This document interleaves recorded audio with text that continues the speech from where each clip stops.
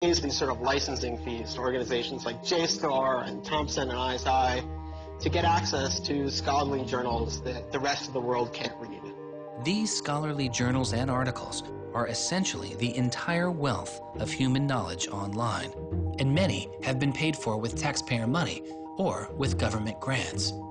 But to read them, you often have to pay again, handing over steep fees to publishers like Reed Elsevier.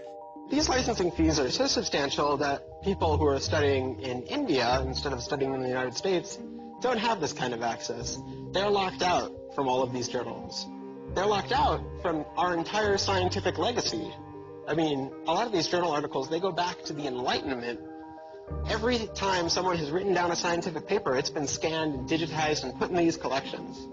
That is a legacy that has been brought to us by the history of people doing interesting work, the history of scientists. It's a legacy that should belong to us as a commons, as a people, but instead it's been locked up and put online by a handful of for-profit corporations who then try and get the maximum profit they can out of it. So a researcher paid by the university or the people publishes a paper, and in the very, very last step of that process, after all the work is done, after all the original research is done, the thinking, the lab work, the analysis, after everything is done at that last stage, then the researcher has to hand over his or her copyright to this multi-billion-dollar company. And it's sick.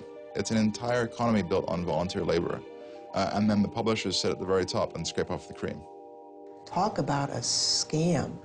One publisher in Britain made a profit of $3 billion last year. I mean, what a racket.